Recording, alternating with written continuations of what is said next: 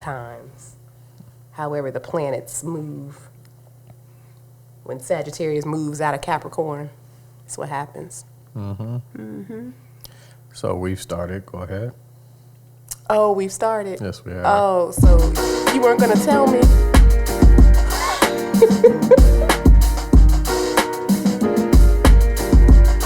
Hey, hey. Welcome. Official greetings, salutations to our listeners. You're now listening to the Paid in Full podcast with JP and Mia, episode 15. We out here in these streets. JP is giving me all kinds of eyebrows right now. Welcome, listeners, new and old. This is our official theme song that you hear. Isn't it beautiful? It's fun. Hey, JP. Hello, Jermia. How long have we been live before you told me? About 15 seconds. Oh, wow. All right. So this is what happens. This is how I get myself hyped up for the podcast. That's what's going on. So welcome, everyone. If you are new to our podcast, my name is Mia, and this guy beside me is JP. Afternoon.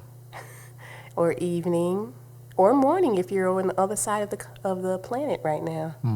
So, and we're getting more and more listeners every day, and it is super exciting. We're just two regular people, so the fact that we have listeners on the other side of the planet is actually very cool to us. So we're geeks and we love it. How you feeling? You all right? I'm okay. I was up and then I was down, so I'm trying to get my energy back up. So bear with me.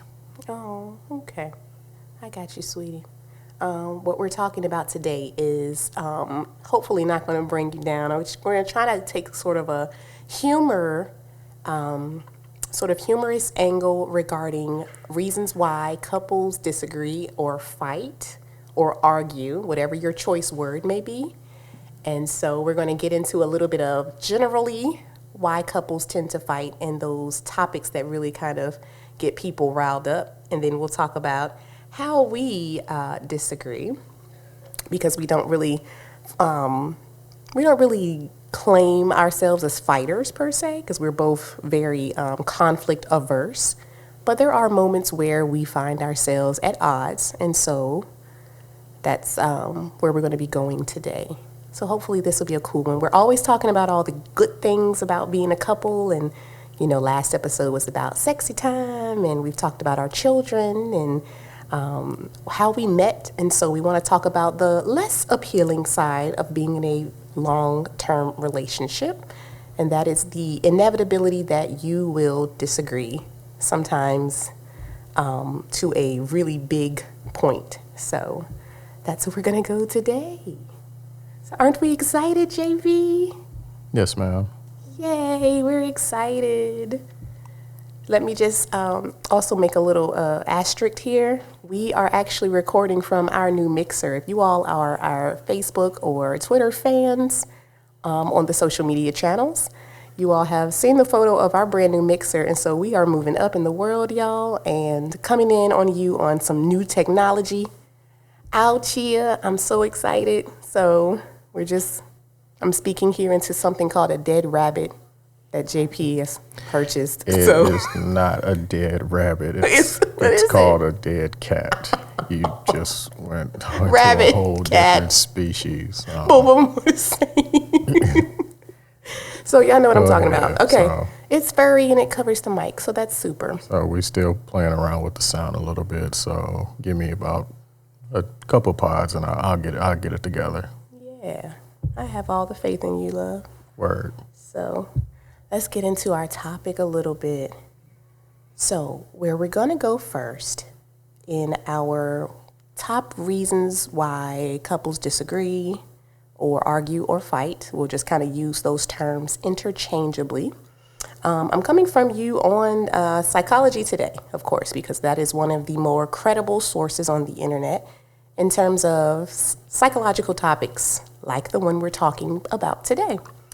And so what I would like for us to do, I'm going to sort of outline our episode, is go through the top reasons generally why couples argue and see if any of these seem out of the ordinary to you.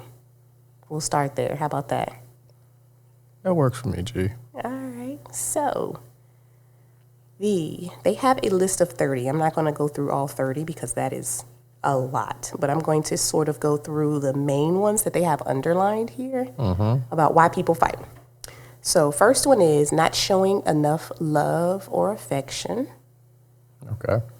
Second one is lack of communication, which seems like it should be number one. That's probably number one. One, not paying enough attention to the other. That's 1A. Okay. Not being appreciated. Yeah, That seems like that'll be attached to attention. yeah, and that's up to personal interpretation. Okay. One has past relationships. With the, speak on it a little bit more. Okay. It doesn't have anything specifically, but I would imagine when I interpreted this was one of the spouses talking to a past person. Yeah, that could be an issue if your past still is kind of part of your current. Do we want to put like a little bullet point there that talks about baby mamas and baby daddies? Because that would be a past relationship, right? We could try to speak on it as best as possible, but we really don't have any real world experience with that. Right. Considering Right. So okay. So our listeners will have to tell us if that causes an argument in your home, because I know we know people who say that it can be contentious. yeah, Okay. I'd rather get somebody in here who actually has experience with that. I agree. Okay. Let's see. One has housekeeping. Not is that a point of contention for us? I don't think it's contentious for us. I think we have conversations about different things. We can get into us in a little bit. Okay. We'll hold on to that one for a Okay. second because I think we got some subtopics. Them damn cleaners. Let's see. One wants sex, the other doesn't. Yeah, And then right underneath it has frequency of sex. those are together. Yep. And then right underneath that one has sexual acts. Again, no. Okay. Again, no. Okay. Let's see. Other reasons why couples fight. They have being possessive as a reason why couples fight. Insecurity. Okay. I can see that. Not showing up when supposed to. I can see it, but it wouldn't be really high. Not a major. I mean, if you don't come, then How about in-laws?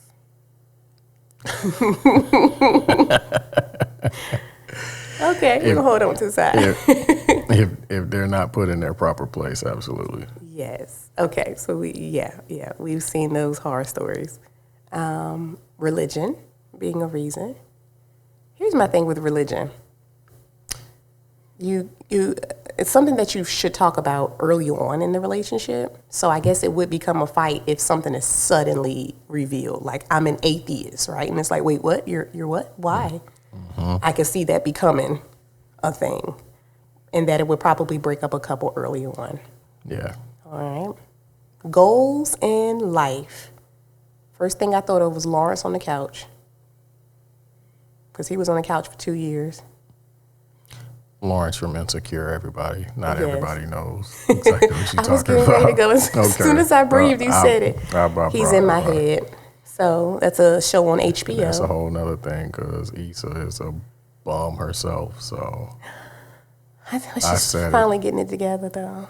So I got it. okay. So goals in life, yeah. Especially if you're supposed to be on your way to do something, and all of that just kind of drops off on male or female side. I would imagine. Children.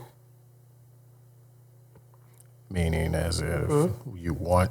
Does the person want children, or the children already here? Probably both. It's way down the list. It's number 28 out of 30. Potentially. Okay. That could be an issue. Last couple are dominance, which is sort of, it has who's in control up above it, and then it has dominance. But that seems like it'll click together with, which one did you say was insecurity? I just said insecurity. Insecurity, okay. That kind of clicks together a little bit. And then lastly, they have other reasons why couples fight is who should pay for something, and one uses all of the other's money. Boom. Other websites that I kind of glanced over, y'all, had money and sex as the number 1 and number 2 reasons why couples fight. Yes. Anything linking to money or sex? Probably closer to sex. Probably closer to sex. More sex than money. So you'll put sex as number 1. Everything, because sex has a giant umbrella topic. Yes. Lots of little pieces within that. And in money, we attach so much value to money that it becomes part of our person. So if you feel as if somebody is trying to take something from you, like your money, it's almost like taking away part of your body. Like it's a piece of anatomy. And so if you feel as if it's being attacked, it will cause a fight. Because it's emotional. Money is emotional, Yeah, I think. It's only really 3. They have branches to them, but it's sex, money, and power. Everything else kind of stems from that, but those are the main 3 categories. All right. Well, we're going to get into those a little bit. Of course, they have the big time topics: infidelities, relationship dissatisfaction, Sex, abuse, violence, power. Violence. Yeah. So all of those, I think you're right on, like thinking about it as a tree of money, power, and sex being the big tree, and then there's so many branches to this tree. Money, power, respect is the key to life. That's what they said, didn't it? Lil' Kim did. All right. So now that we've covered some of these. Was Kim transforming her face back then, or was she still regular Kim? I think she was still regular back then. Okay, we'll check the video later. Yeah. Okay. I heard something that there was a really big reason why she started changing her body, her face. So, and it was kind of sad. I don't want to repeat it though. Self-esteem. But Yeah. let's go. She kept trying to fix it. So anywho, so here we go. Oh, one thing I do want to bring up when it comes to this particular list, and again, I'm coming from Psychology Today. That's one of my go-to websites for credible information. Something that I do not see is anything related to social media. And to me, it feels as if millennials and forward, because my husband and I, we're actually exennials. We're kind of in between Generation X and Generation Y, known as the millennials. I feel as if social media is quickly becoming another point of contention for couples because it's another form of communication. And they have lack of communication, of course, as one of the top ones. And so in my experience with, I have several mom groups online, women who I went to college with. We have several fantastic groups, support groups in our social media circle. And like observing what they talk about with their spouses and their families is social media can become something that can cause a fight. And that in terms of one of the spouses putting up more information than needed, one of the spouses like starting a fight on social media or, making it look like we having a fight. I guess we would call it subtexting or subtweeting.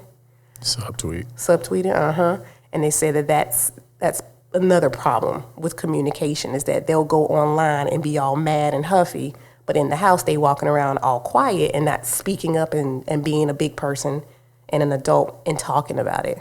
It's weird because they be sitting next to each other. Tweeting. And talking about each other. Yeah. That is an unhealthy habit, my friends. It's a very glaring lack of communication. It is an intention to hurt the other person, I think. And if you're trying to intentionally hurt your partner, you probably shouldn't be with them, in all honesty. Like if I'm like, okay, I'm going to go out and hurt his feelings. I'm going to make him jealous. I'm going to make him mad. Sweetie, you probably don't need to be with them. or her, right? Mia is not a counselor, so I she am is not. That's what I she said. is not qualified I to think. give Please do not follow any information relationship and advice. and y'all, Because break up. It's not my Lord fault. knows I don't need any random man trying to walk up to my door, knocking on my door, mad at my wife, because they will. Shut up, Johnny. Okay, go. No, I'm just, in my opinion, in terms of communication being a root glue, if you will, to a relationship.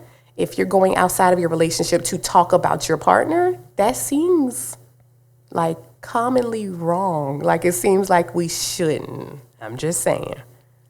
He's agreeing just in his own facial expression. Yes, did I mention, did Mia mention that we have a new mixer? Let me just press some of these buttons and. Let's go. Oh my goodness. All right. We have all kinds of sound effects now. Yes. I told y'all sound effects were coming. I'm so excited. So let's talk about, all right, so we got all of these reasons on what we would call the branches of reasons why couples argue, fight, disagree, at odds, whatever you want to call it, right? So I have another source. I am going to.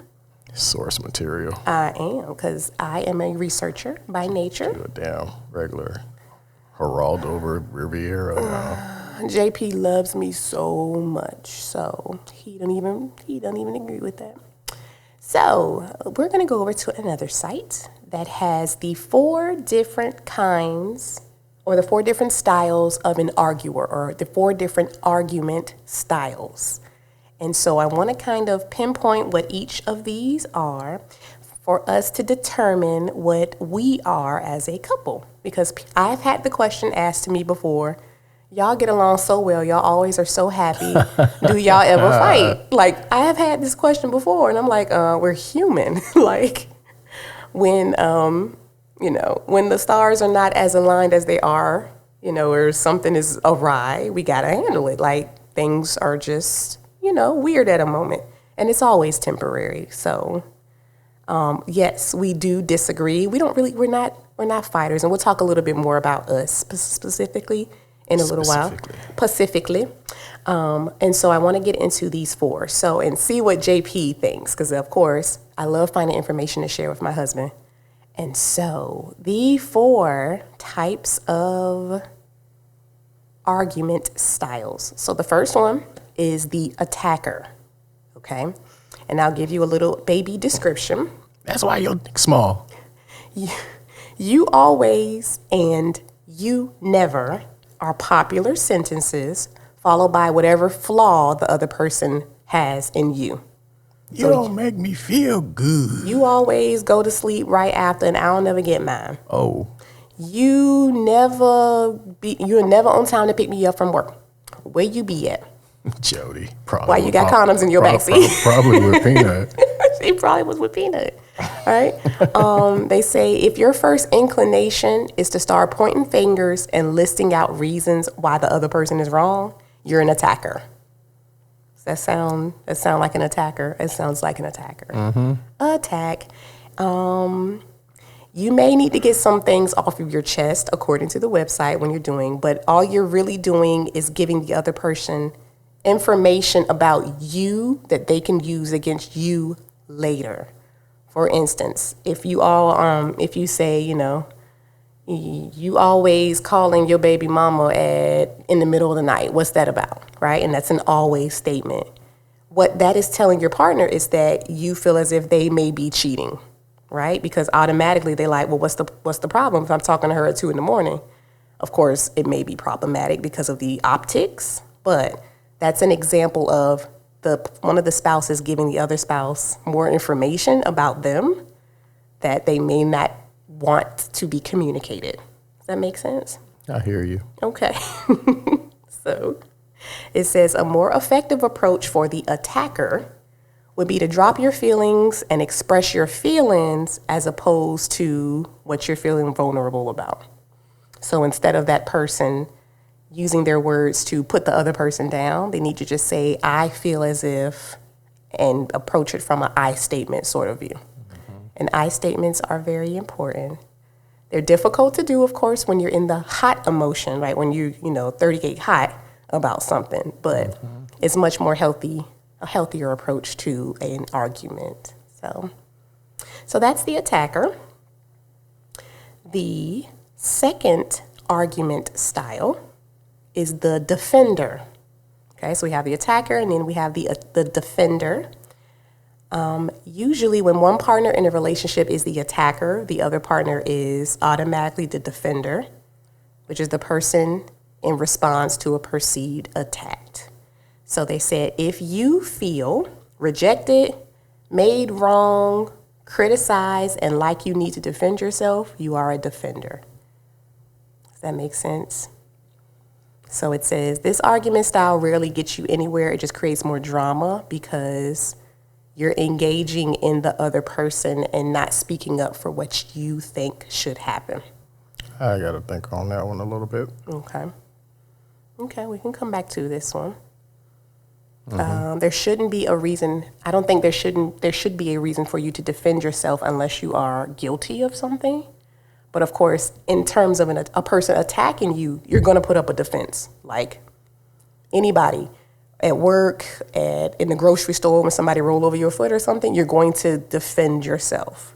And so it's difficult. That one's a little tricky. It's difficult to have an action for someone who is attacking other than a defense. Yeah. Right? Yeah. So we'll kind of come back to that one. That one's a little sticky. The third type of argument style is the pursuer. I know some pursuers automatically. Explain this. Okay. So the pursuer is when you are arguing with someone who wants to take a break or pause, but they want to keep persisting through. Oh, okay. All right? The pursuer insists on Talk discussing the issue. What's wrong? Following the other person around. Let's figure this out. Calling them incessantly, which makes the other person want to pull away. Answer your phone. I'm Why? calling you. I'm calling you. I'm trying calling to get you. to the bottom of this. We need to I'm calling figure you. this out at 4:17 in the morning. I left you a voicemail. I left you another voicemail. Hey, it's me again. I'm sitting outside in your driveway. Why aren't you here? I don't see you. I don't see you in the window. Your window is dark. Where are you? Call me. Call me. Call me. Call me. Call me. Yeah, buddy. Pursuers are all over movies. Like when I think about movies, I think about pursuers. So yes. What they say is that pursuer may think that talking about it and insisting will resolve the problem, but all it really does is give them fake or pseudo contact to make them think that they're fixing something when they're actually making it worse. Because if a person wants to pause and think through how they want to handle the issue, and the person keeps going, but why? Hold me. That's really not helping, right? So, yeah. They said a more productive strategy is to take some space to settle yourself down and stop trying to make the argument happen, right? Because then that puts up the defender. Then the other person, of course, then becomes a defender by default. I like that description. That's cool. The last type of argument style is the withdrawer. So, withdrawer says... Shots. So, Let's give it up. this is just official psychology. This is not Mia's making up. If you tend to be guarded, uncommunicative, and protective during an argument, you are most likely a withdrawer. So this approach is usually favored by people who are conflict avoidant. You don't want to engage in an argument. You don't want to deal with it right now or at that moment. You just don't want to have to fight it all. And it says, of course, it doesn't resolve the problem. The problem is still there because the person is avoiding it. And then that causes resentment with the other partner. Right? And so, Dr. Neve, let's see. It allows your significant other to interpret your silence as something that it may or may not be. And so it says a better strategy would be to remind your partner that he or she means a lot to you, but you need an hour or two to work this thing out mentally before y'all talk. So let them know that even though you're emotionally distant at the moment, you are still invested, and that we'll table the discussion. We'll come back to it. Okay. JP, why are you laughing? Because I feel attacked. No, because if I'm attacking, that would make you a defender. So I'm not attacking. That's just so. It's literally right here. It's the withdrawer. So I think that JP is laughing because he may have put up a mirror. I think we've pinpointed JP's particular argument style and his wife as well. So I think to a point we're both sort of the same conflict averse. So let's discuss it. Let's discuss it. Then. This is, of course, we use this as our marriage counseling sessions. So we are not currently in any type of disagreement that I know of. That you know of. So I am not going to be pushing any random buttons or anything. Looking at our particular disagreement style. I do want to make this point before we go forward here. That a lot of the websites that I looked at stated is that the manner to which we handle conflict or respond to conflict is something adopted usually during childhood. And it's something that it was modeled to us by our parents, like this is the way you should act when blah, blah, blah, blah. Or it is something that we've seen between our parents. So oftentimes, if you're an attacker, it's because as a child, you were either specifically taught to attack or you witnessed attack behavior between family members. If you are a defender, same thing. If you are a pursuer or a withdrawer, it might be something that has literally been stuck into your subconscious and has now informed who you are as a person in conflict. So not to say that we can't change, because of course we have our consciousness and our subconsciousness. Our consciousness, our conscious mind is our ego and everything, and we think that's in control, which is our day-to-day movement. Our subconscious is underneath all of that, which is the actual thing that's in control that doesn't want to be in control. So subconsciously, we make all these decisions and move through our lives a certain way, and we don't even know why. And it's because subconsciously, usually from childhood, it's something we've picked up. Okay. Yeah, so that sounds good. That was all booky and technical and all that, but that is not applied to me. But let's go. How do you know? Because I know, because I'm very self-aware.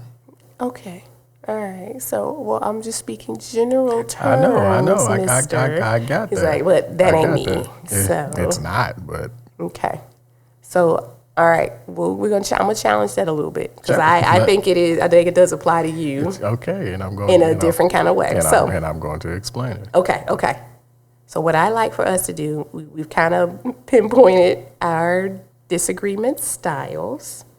I would like for you to explain to me how I disagree. Like if we have a disagreement, what is usually my behavior? You are defensively withdrawn. Oh. Okay. Explain. Because you have an explanation for everything, but then you're kind of just also kind of withdrawn. You'll get quiet, but you generally have an explanation. You're not an attacker, right?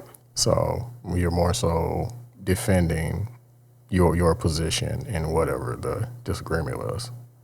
I'm a defender, withdrawer. Defensive withdrawer. Oh, defensive withdrawer. Yes, ma'am. Okay. I accept that. I can see where that is. Okay.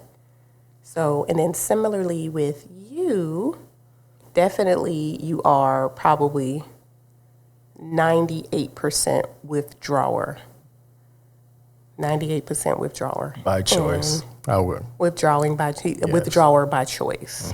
Okay. And of course we'll talk about why, because there is a very valid reason why, several valid reasons why. So the thing with two withdrawers, I wish there was a way for us to kind of analyze how when two withdrawers happen. And I think that's part of the answer as to why we don't really fight. Like, we're not two attackers, because two attackers, you see that, right? That's like, right? We don't really do that. You can't really, I don't think you can really have two defenders, because a defender has to have an attacker as a balance. And then two pursuers, that probably won't balance out either, because if one person's like, talk to me, the other person won't be like, no, you talk to me. That might be difficult. So I think that the fact that we're both withdrawers kind of I think we feed off of one another. And the reason why we withdraw is because of the other person. I'll give you a ratio for you. Okay, give me. You would be 70% withdrawer, 20% defender, 15% pursuer, 5% attacker. It depends on what's happened in the day and how long we've been disagreeing about whatever thing we're disagreeing about. If it's been repetitive, I get that attack comes up because I'm like, we've talked about this before, and before that, and before. So I love how you put all of them together. I was like, because I don't do math well, baby, because you were adding up, and I was like, hold up, wait a minute, make sure I'm adding correctly. And I pursue a little bit. And then I'll just stop, and then my attacker comes on. Because I'm complicated. I'm a complicated little lady. But I'm a Sagittarius. It is what it is. So, thank God I'm not a Scorpio. Anyway, so. Shots.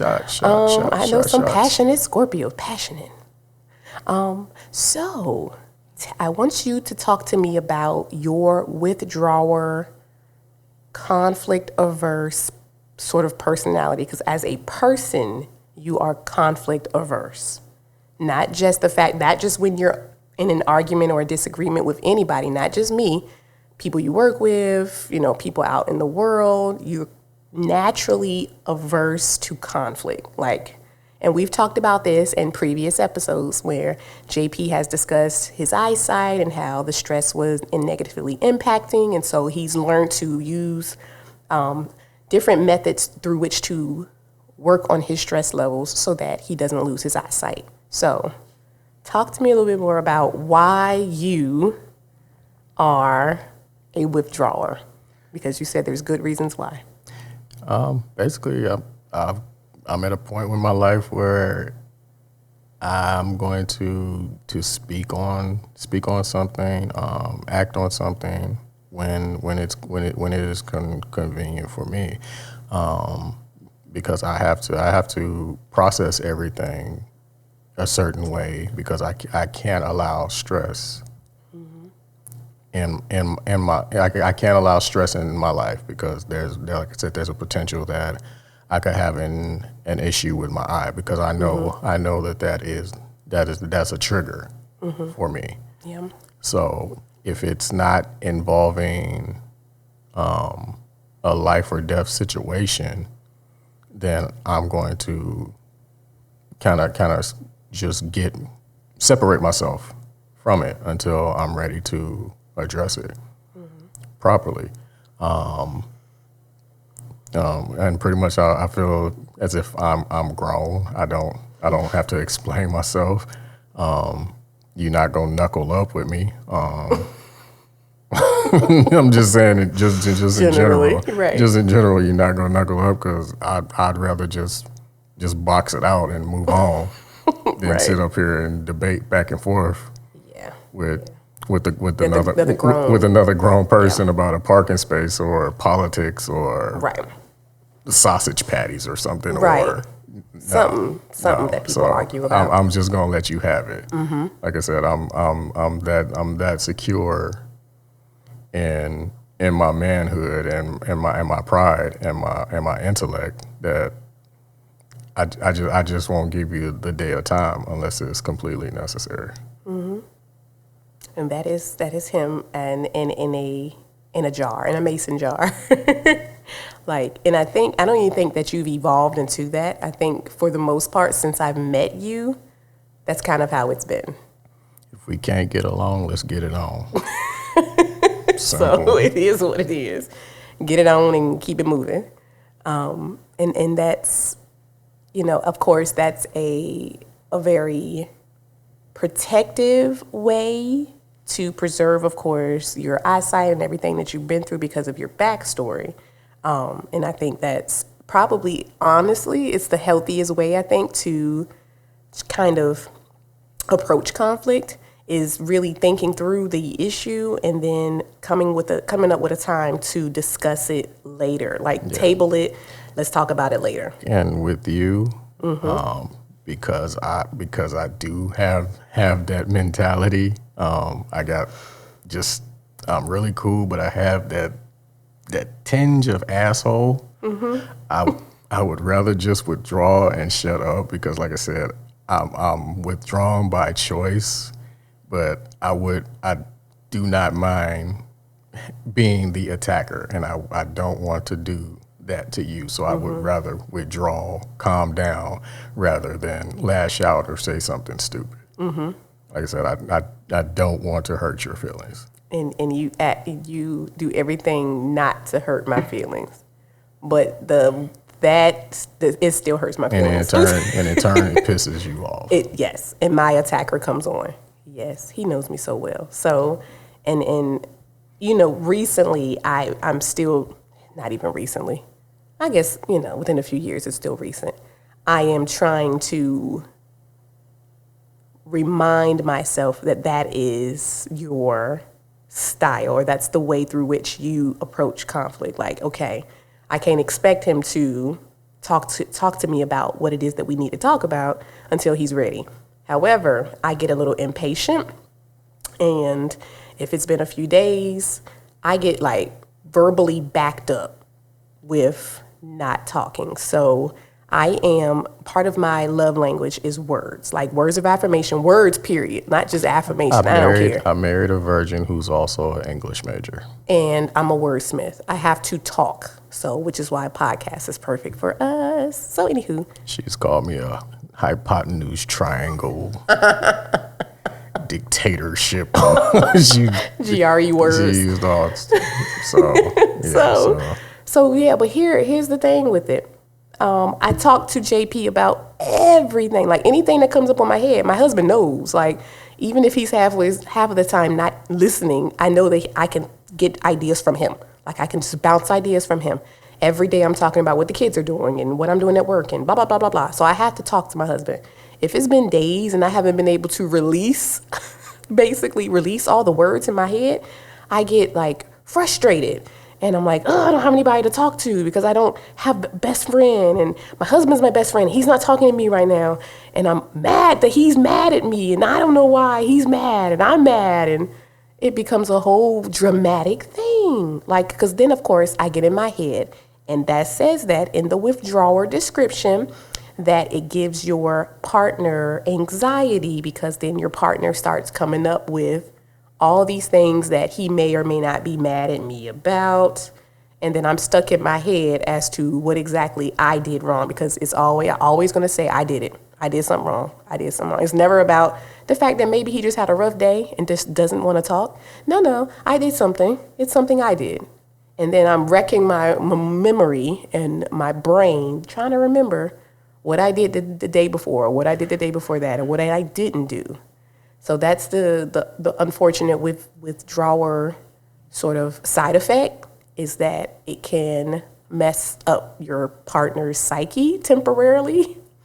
So I'm sorry, I've driven you crazy.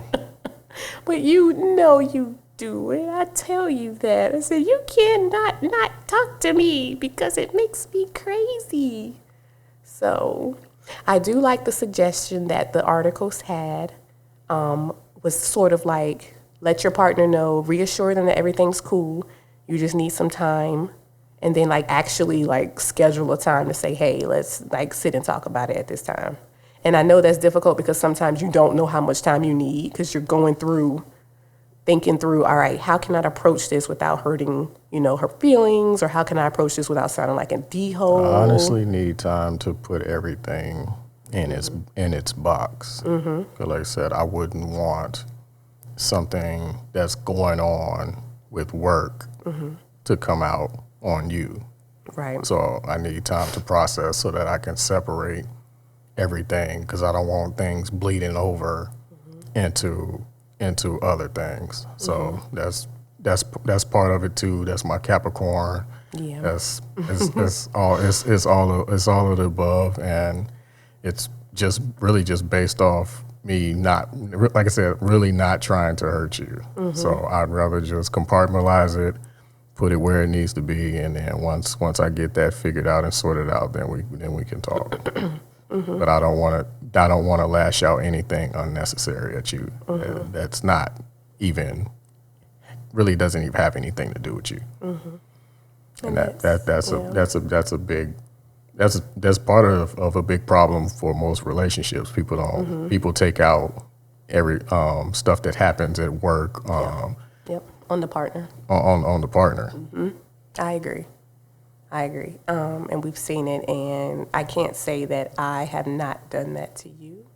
I recall several moments probably I've come home angry and nothing that you have done. I haven't seen you all day, but I've come home just wrong. The start of our relationship, it started off like that. It did. And I had to tell you that He read me. I'm not whoever it is you mad at.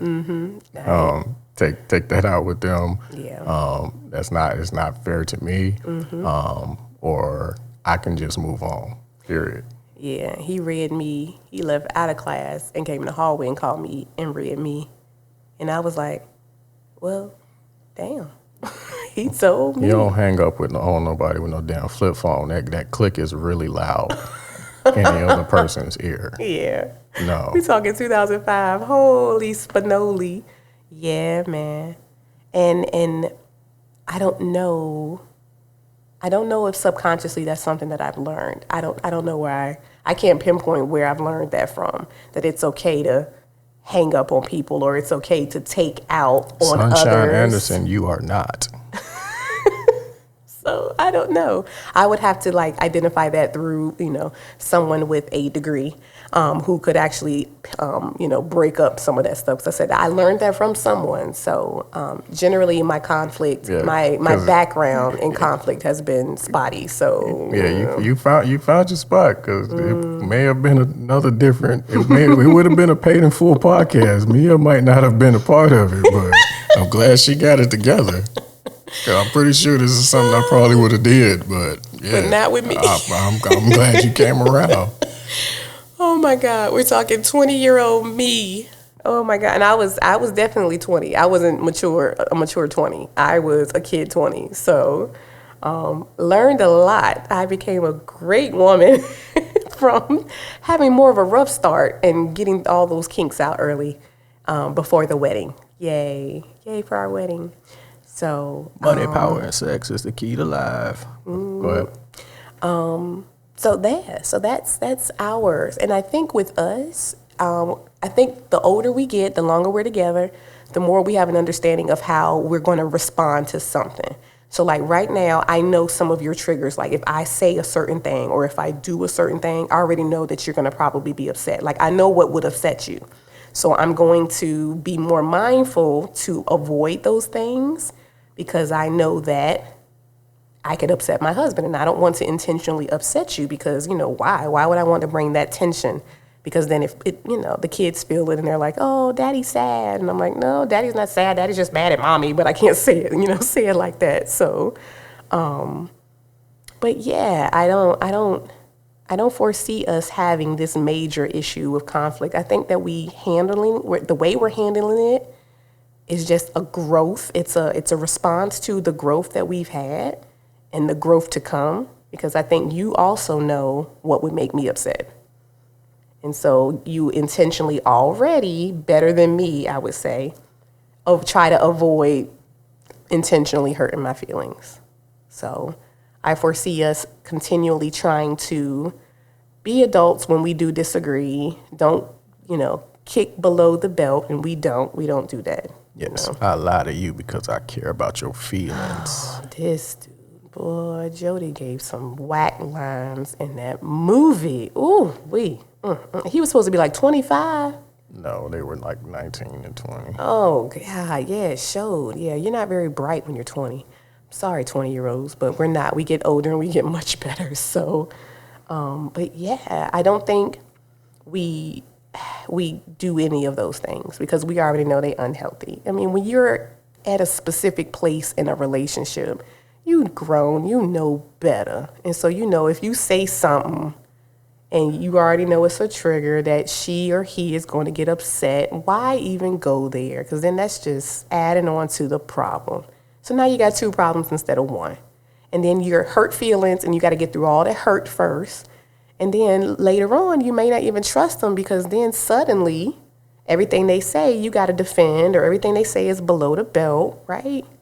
So that makes me sad with our people because we're great in love, we're hard in love, we love hard, but when we are fighting, we duking it out. I mean, y'all can Google it. We duke it out for real. And that's not in romantic relationships, but also in familial ones, and social relationships, and work relationships. It's rough out here. So, but I think that's part of the human condition, is that we're very passionate about our feelings. Everything's your feelings. I feel so much, right? So. You said right. No, I'm saying right to you, right? We feel so much. So it can really impact the way we have our conflicts. Mm-hmm. So, yeah. Yeah. So that is the end of the episode. That's what I wanted us to cover today. We had a very healthy conversation about one another. I think you were nervous when I told you we were going to talk about one another. Were you nervous? No. Okay. Let's shut that one down pretty fast. No, because I was. You need to read the room better. Well, we're in the living room. The room is big. I'm trying to read it. I'm over here sweating because we got the fireplace going. So I got to take off this hoodie in the house. Do we have an end quote that we like to end with? So you just shutting down the episode like this. Good night, everybody. All right. Thank you for listening. We ain't done. I have to give all the end information. I just asked you, do you have some sort of lasting ideas about what we were discussing? Don't start the theme song. I ain't started this theme song already. I'm just saying, you like Paid in Full podcasts and Spotify and. I hadn't gotten there yet. Okay, but you was getting there. No, nothing lasting. Mm-hmm. No. We have a quote. I don't have a quote. Oh, Do you have a quote? Love conquers all.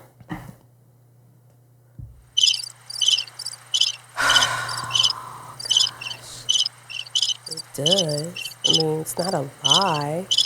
It's a great theme. So, love the one you with. No. Yeah, you're right.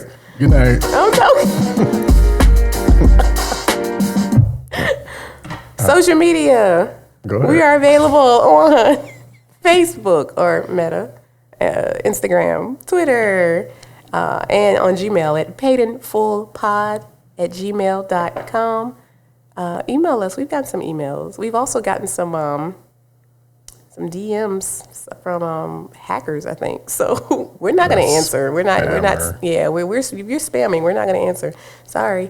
But legit people, please give us a follow. We've had lots of friends follow the Paid in Full Podcast Meta page and the Paid in Full Podcast Twitter page. So look us up, y'all. Follow us around. We're going to get better with putting more content up on our social media pages. So. Thank you for our first-time listeners. They're probably like, what is happening? But this is generally how it goes. So it's fun for us, and we're just on this journey trying to impart some knowledge that we had over, our 16, almost 17-year relationship now. We're approaching year 17. Mm-hmm. So it's all the way exciting. The next episode will be closer to the Thanksgiving holiday and closer to my birthday. Oh, my 37-year-old bones. Oh. Just try to give me a hint. A month ago, just old now. Oh, man. 37 is so close to 40, which someone in this room already is. So even though he looks 15. But anywho, it's all good. So we're going to have a good time, potentially on the road. We may be taking the Paid in Full podcast on the road in a few days. And so we'll come from you guys from a different location, potentially a different time, a different space. It should be hilarious. We will guarantee you some hilarium is coming over the holiday. Yes, and shout out to my Kankakee K's. We are in the state championship game. Woohoo! Okay. I will most definitely be up there. We are hitting the road. We're going to bring it home, and we're going to get drunk. Corona. Corona to drink. We're going to have Corona to drink. We're going to have Corona to drink. We're going to have Corona the virus. We're not going to have Corona the virus. Everybody. Please, Lord, keep it away. Keep it away, We don't Lord. need no mask or nothing. Let's go. Let's go. We got this. We Good got job. this. So we're just going to hit this road. Yes. It's exciting, y'all. Congratulations, everybody up there up north, NORF. We will see you all soon. It's going to be great. So, any other shout outs we want to put out there? That's it for now. Okay. I'll actually give a shout out to Miss Tracy Glover, one of my former employees. She has been trying so hard to win them beats. She's been making up all types of from our last types of movies about the banana. How people learn. On a banana. We may have to help Tracy out. Okay. Hey, Tracy.